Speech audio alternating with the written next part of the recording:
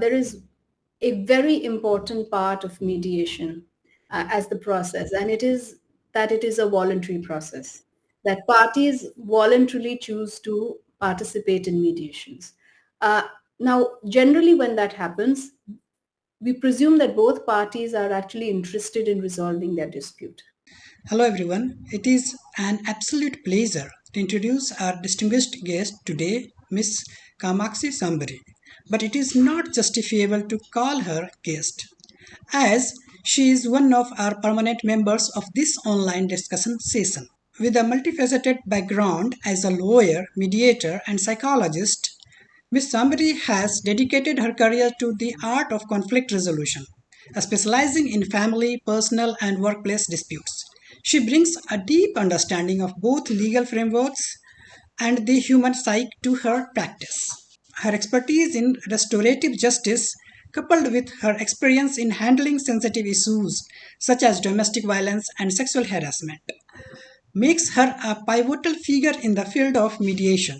Additionally, Ms. Sambri is a certified trainer conducting workshops on POSH, diversity, equity, and inclusion, ensuring that her impact extends beyond the mediation table. We are incredibly fortunate to have her with us today to share her insights on mediation. So, let's begin the discussion on the mediation. Yes, ma'am. So, how are you? I'm very well. Okay, thank you. So let's begin with the session with the first question. That is, like, of course, regarding the concept of the mediation. So, how you define this concept in your language? All right. So, if you just want to look at mediation as a concept, it is a process by which two disputing parties who are in conflict with each other are brought together, uh, sitting across the table, and the mediator's role as a facilitator to be able to get the parties to communicate using various tools of communication so that they are able to understand the issue on the table, to identify their own interests, and then eventually, through meaningful dialogue that is facilitated through this neutral, are able to resolve their dispute. So, in a nutshell, mediation is a facilitated process by which parties come together to resolve their disputes. Okay, but there are many people they have doubt regarding the mediation that is it binding or not.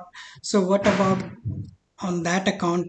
Is it binding or if they means they do not accept that later on in that condition? What? Okay, so I'm just going to, before I strictly answer your question, there is a very important part of mediation as the process, and it is that it is a voluntary process, that parties voluntarily choose to participate in mediations. Uh, Now, generally, when that happens, we presume that both parties are actually interested in resolving their dispute. And if at all they're arriving at settlement terms in which both parties are really agreeing to settle what they choose to do, that itself, as part of the process, means that this is what they want, and therefore execution in that sense is not very difficult.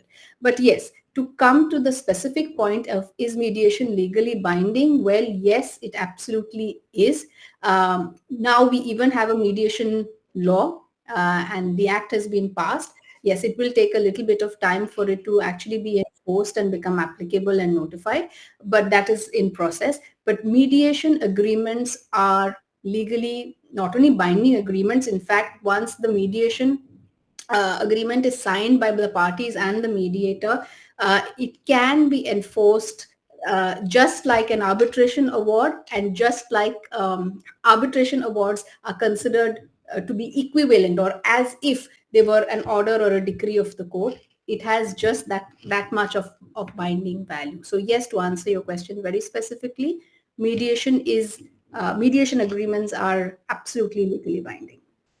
Oh, that is nice. And again, just because this is something like my dot, and because if you compare with the litigation to and some extent is also not binding in that sense, because if district court gives any decision, then of course people have the choice to approach always the higher courts, Yes, isn't it? yes, Until unless they lost all the options, like after Supreme Court, even after Supreme Court given the decision, they have the option to file SLP and the review petition and all.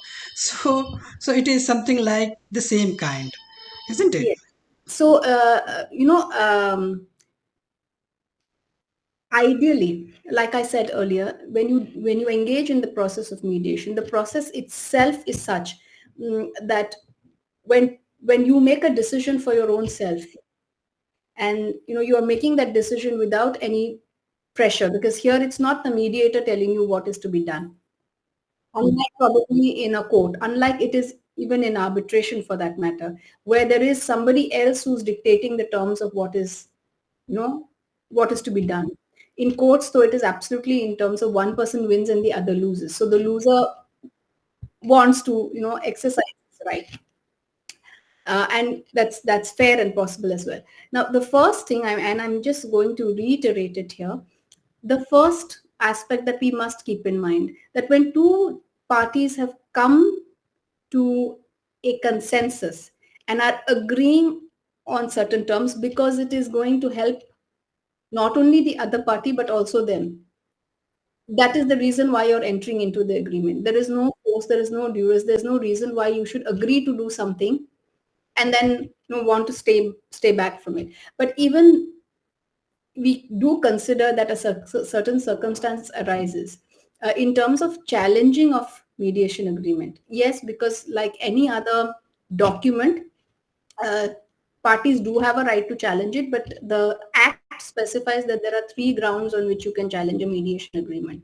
So it can't be challenged saying that, I don't want to agree with this any longer. That's really not so much of a possibility, but the ground that on which you can challenge mediation agreements are fraud, corruption, and impersonation. So fraud, in the event there was some kind of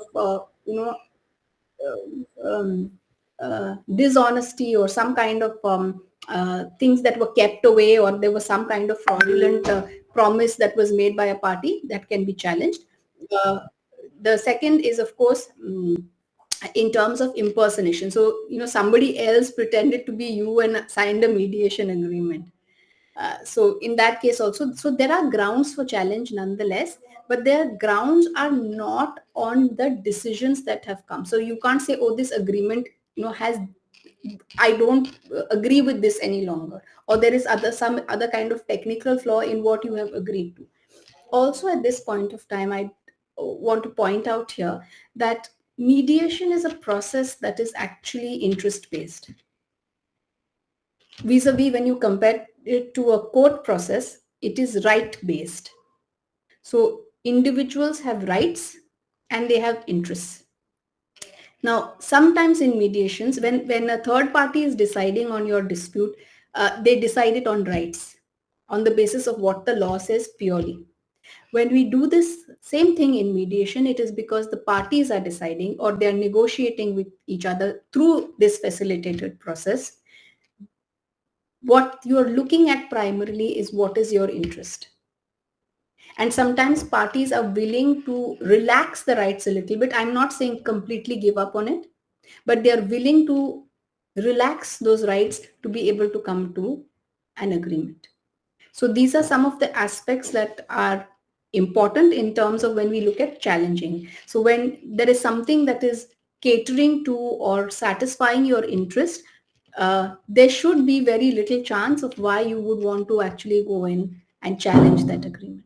There are definitely grounds that are provided, but yes, these are the main principal grounds on which a mediation agreement, if at all, can be challenged.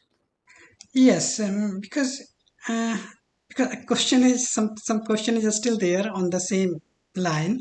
Yes. That is, see, okay, we just parties came on an agreement.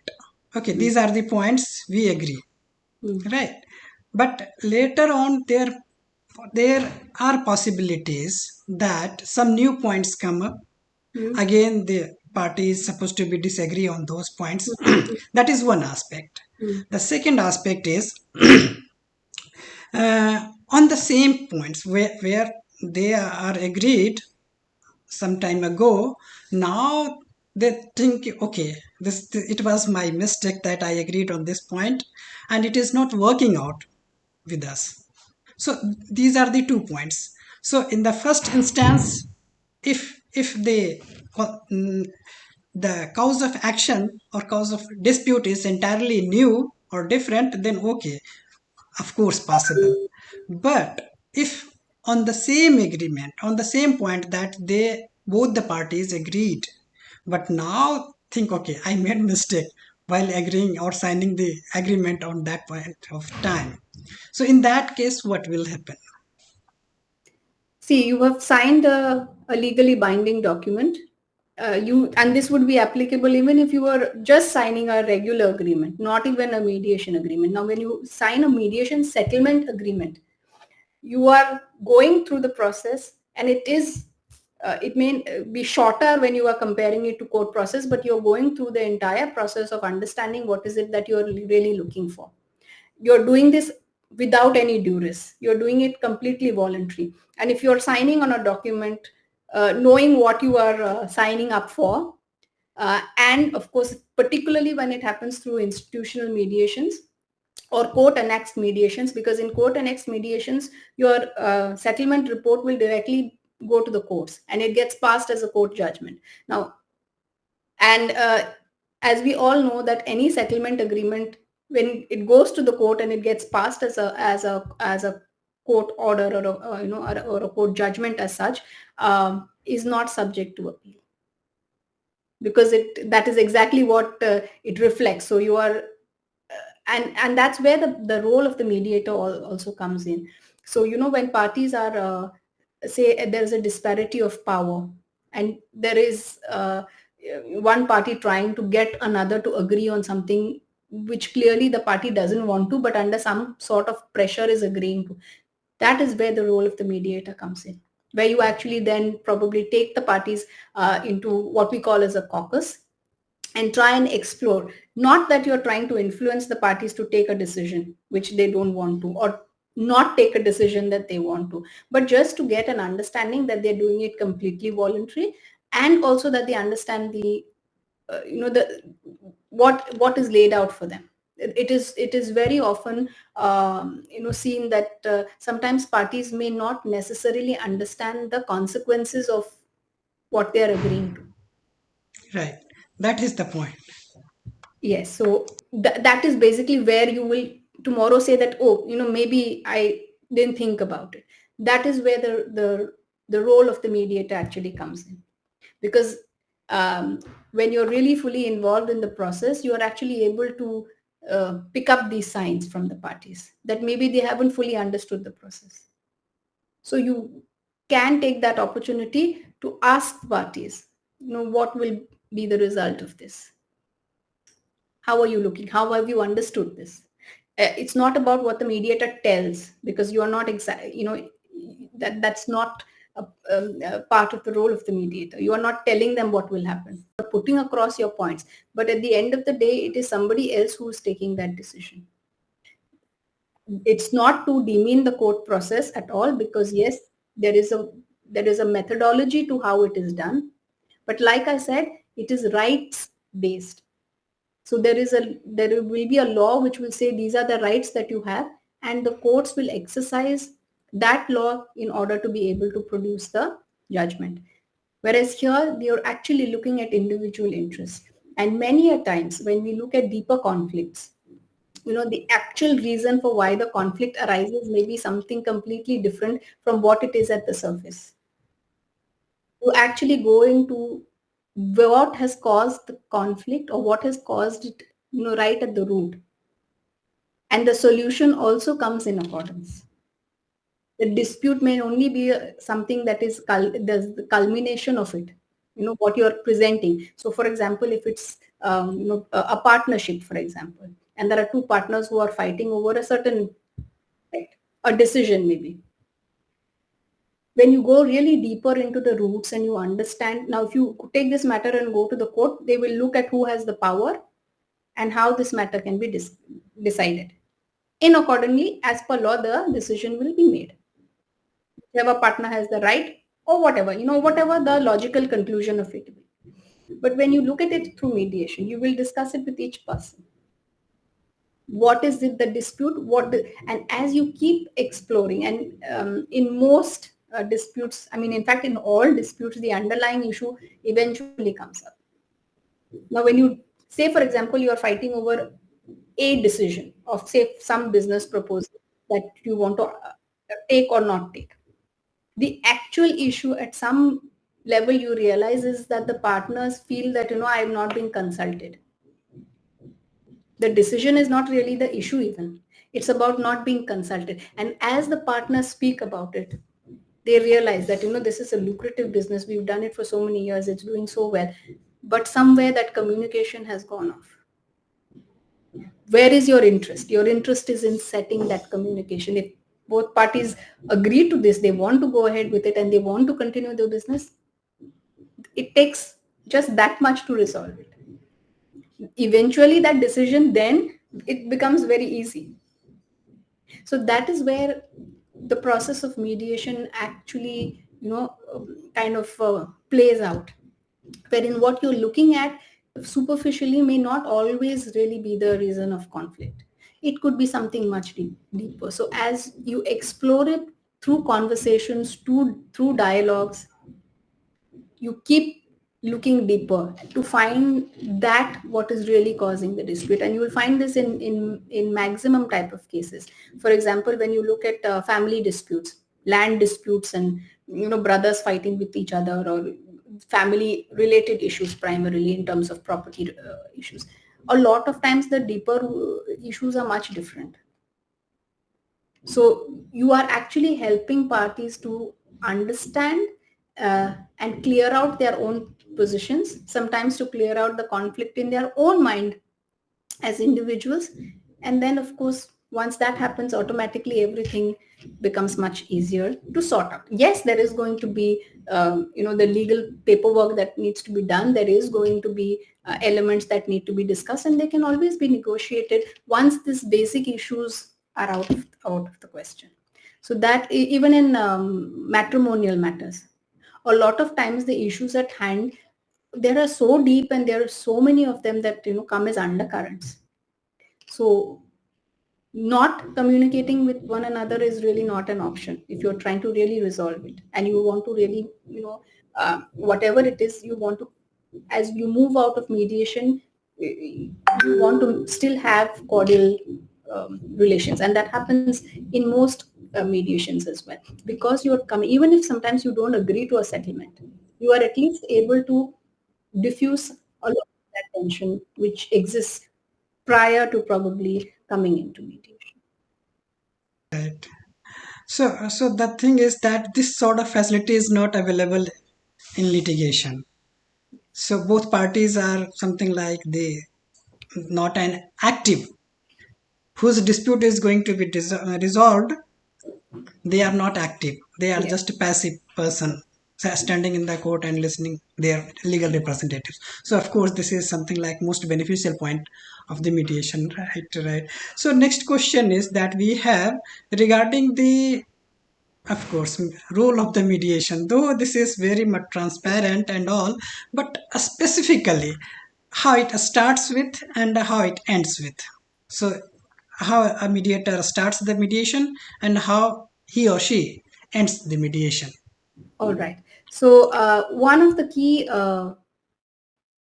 prerequisites for being in a mediation is that, one, you are not connected to any of the parties or have no conflict of interest in the matter.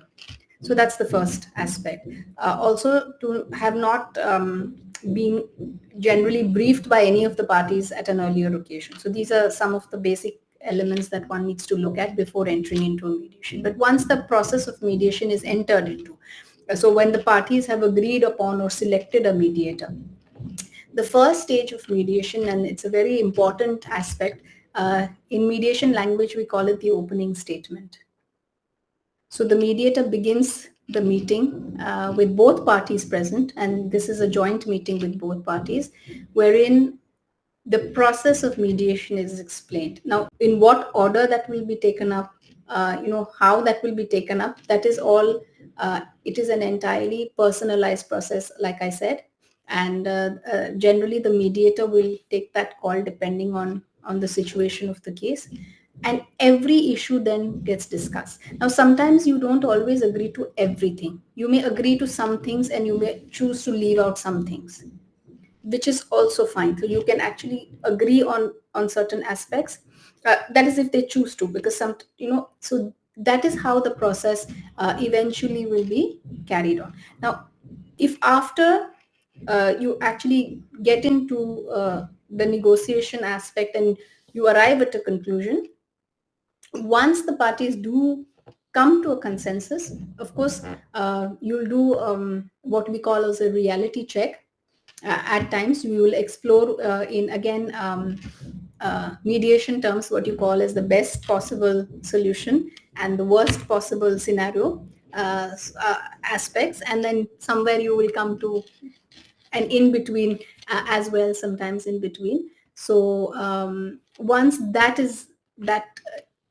gets concluded and you reach the fag end, if the mediation is successful and you are able to arrive at a settlement, then the parties will draw up the settlement agreement. It gets signed by both parties. If it's a court annexed mediation, it goes to the court, and then it gets through the process, gets signed by the mediator, then goes to the court and is passed as an order of the court. If it's an institutional mediation, the signing process will happen through the institution. If it's a private mediation, that means parties individually on their own have chosen a mediator. Parties will sign, mediator will sign. Ideally, they would sign it in presence of one another. But today, because we are using a lot of distance modes, we're using online modes, and that is something that is also possible. All parties will sign. Once it is signed, the new act does talk about registration of the mediation agreement as well. But of course, that has to be notified, and by the time it is actually implemented may take a little bit of time, but that is an option. It's not compulsory, but that's an option that is available to the parties as well. And that's really how you conclude the mediation. So you start off with, of course, the opening statement, and then the end is, of course, in the event you reach a successful mediation, you will have your settlement agreement. That is technically the conclusion of the mediation process. In the event the mediation is a failure, then you will file a failure report. Now, the failure report technically will not mention any details of what was discussed in the mediation. It will only discuss maybe how many meetings were held, and that it was not successful. And the reason for this is because everything that happens in a mediation It's highly confidential. is highly confidential. So it Right. remains within the Right. mediation process. And So, therefore, so even if there is a failure, you can't really use anything that was shared during mediation, or sometimes parties do tend to become a little vulnerable and say, okay, this is what we are agreeing to, or we are willing to consider this. So none of those things can be used against any of the parties in the court at a later point of time. right. And generally, even when communication happens, um, so primarily, if it is an institutional mediation, all the communication between the parties will also happen through the institution. Otherwise, it's ideal for it to happen through the mediator. So if you're sharing a proposal, for example, you will not ideally share it with the party directly, because then it becomes a little difficult to be able to establish it, whether it's as a part of the mediation process or outside the mediation process. So ideally, that's again something that needs to be shared through the mediator. So it keeps the sanctity of the process, and it continues to be confidential, because none of that information can actually be presented in the court against either of the parties. Okay. So, as in arbitration, because I believe it is something like litigation, a sort of litigation out of court. because there are a lot of documentation kind of things, evidences, and also that can be presented in the court when it didn't get resolved and a case is filed in the court. But Yes. in the case of mediation, that is nothing like. No. So the The- matter will be something like lost there only in the mediation hall. yes. So Yes. they afresh file a case and then can litigate the things Yes. if it Because not get resolved, right? yes, also because it is not really an evidence-based process. Right. Parties do present documents sometimes to be able to establish a point, but because the mediator is not really drawing any conclusions, so there the mediator is not evaluating the evidence and saying this is admissible or this is has more weightage. That is not something that is important to the process. The process really deals with what is it that uh, the parties really eventually want. So sometimes provided that what the agreement the parties reach to is not something that is unlawful or is completely contrary to the law, because that is something that cannot be enforced even as an agreement or even as a contract. But other than that, you are not really basing the decisions. Even the agreements are not necessarily based entirely on the strictness of the law or in terms of what is the weightage of evidence, and that is why the law doesn't require the mediator to actually technically be a trained lawyer or a judge. So anyone can be mediator. Yes, so yes, there are certain trainings that are recommended that one must undergo to be able to understand and know the process. But any person who is basically has a professional qualification or has a certain basic education as and of course undergoes the training to be able to carry out the process and understand the process is a person who can be a mediator, because primarily they're not really judging anyone or anything during the process. It's very important that they don't do that. And that's also one of the reasons why like you say, when you're looking at arbitration or when you're looking at court processes, in that sense they're adjudicatory. Right. So mediation is basically a non-adjudicatory process. So there is no judging or there is no, passing of a verdict or any of that sort of things happen. It's a completely party-centric and party-based process. Okay. Yeah, mediator is just a facilitator, Yes. helping parties to just resolve their dispute. There are again some means quick questions like the what happens if mediation fails? Though we have discussed, but separately, what exactly? What are the other options if it fails? All right. So, in the event the mediation fails, so parties have come, they have spent time, they have explored all their options, but uh, they don't have a common line on which they can agree. Mediation ends, parties are free to go ahead and explore other options. So if there is, for example, an arbitration clause or an arbitration agreement the parties have entered into, that's something that is available for them to go to. If not, of course, the courts are always available for parties. In fact, in most cases nowadays, when you know cases are filed before the courts, even the courts themselves refer the matters for pre-litigation mediation. So you carry on the process. If it's a success, that's wonderful. If it is not a success, then you always can come back to uh, litigation. So there is absolutely no harm in trying the the mediation, thinking about what is the risk at hand if it is not successful. Well, all your other options that you have before you enter into a mediation remain open. But if you do come to a conclusion, well, it saves everyone a lot of time, maybe money as well. Yes. And uh, also, I think a lot of the the strain and the mental stress that you go through when you go through the court processes or any of these processes where you're trying to win over with somebody else. So it allows you to not carry on those feelings for too long. So there is nothing harm in just giving once a chance to Yes. mediation. Yes, and regarding the time, how much time, minimum time or maximum time required for a mediation process? All right. So now this is a slight tricky area, I would say.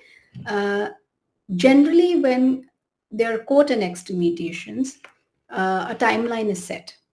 Ideally, it can be anywhere from 90 days to 120 days. It is sometimes extendable, so you can have an extension depending on if the parties are very close to coming to an agreement. Sometimes the process does take time depending on a case to case basis. If you're exploring and the parties are getting deeper into the issue, sometimes particularly in family matters and aspects like that, it does take time. If it's a long standing conflict, it is going to take a little bit of time to be able to get to the root cause and resolve it. So you do have uh, the extension in time, but ideally, even as per the new law, it's 120 days and then another 60 days which you can add uh, to it. So that's the timeline or the time frame. Within that time frame, you are generally, you generally have an idea whether you're reaching closer to reaching some kind of solution or you're completely far away from it. So on that basis, the call can be taken. But in more personal mediations, or where you have private mediations, the parties are agreeing. If both the parties are willing to give in more time, and because at the end of the day they're doing, remember, it's a voluntary process, so if they're willing to give in that time to discuss, then yes, it back to when a hearing in the court would happen, obviously, because the courts have so many different cases to look at. And so therefore, yes, when you're comparing it to court processes, it is a much shorter duration as far as time is concerned. However, to put a conclusion and say it is going to take only 3 months or only 6 months, that is something that may not always be possible. It again depends case to case. But yes, what we can definitely say is the process is actually much shorter than classic litigation. So we can say like that it is in comparison to litigation, it is predictable. Yes, It yes, is. yes. Okay. And what about the, Okay, so yes, just a small, the parties can also agree to a timeline, because at the end of the day, the parties are very much a part of the process. So they are in a position to say that, we will try mediation and we will do it for say 3 months. And if it doesn't conclude, we don't come to an agreeable solution in 3 months, then we will take it, close the mediation and take. So the parties then have that option. okay. Uh, and what about the another interesting question regarding the cost? Yes. So how much it is? Something like if a mediation goes to say 120 days, then what will be the cost? Okay, so now again, there is now in court annexed mediations, the courts decide, how the party, because it happens through the court process, so that's taken care of by both courts. Both parties will generally pay an equal share. I'm saying both parties if there are more parties to the mediation, because it's not necessary that there will always be two parties. So each party will contribute equally, unless the parties themselves otherwise agree to a different arrangement.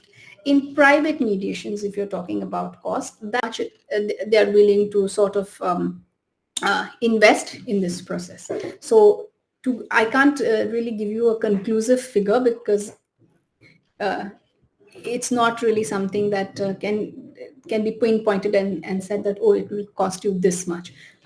So that is not something that is possible. But yes, in court annexed mediations, it's much more regulated in that sense. And if you do have a settlement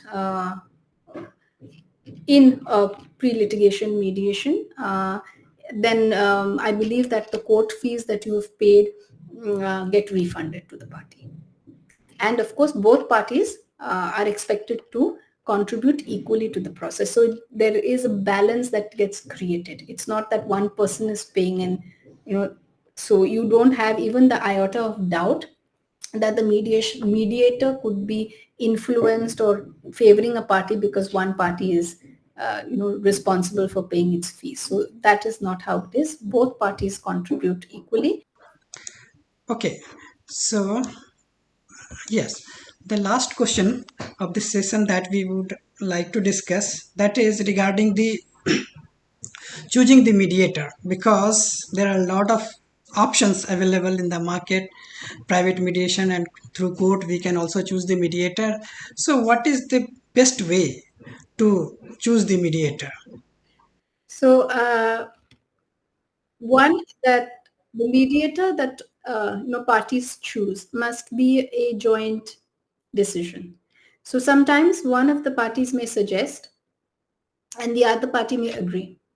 At other times, both parties may agree depending on various factors of who they are comfortable with, basically, and somebody that the parties really trust, and also feel in terms of being able to be open to discussion. You sometimes feel more comfortable with a person rather than somebody else. We'll have a panel of mediators. So there is a panel that is that they already have, and ideally the parties can choose one of the panelists or a list that is provided to them through the institution. So the institution will kind of do a little bit of the the fact checking for you, depending on what is your dispute regarding, and then there will be certain people who will have certain expertise in in those kind of disputes, and therefore that kind of a list or a certain number of that is an option that the institution in its own wisdom will choose a mediator who they feel is most apt to look at the matter. So Okay, that is how you will basically go about choosing the mediator. In court panels, generally, of course, it is through the court process appointed in any particular matter.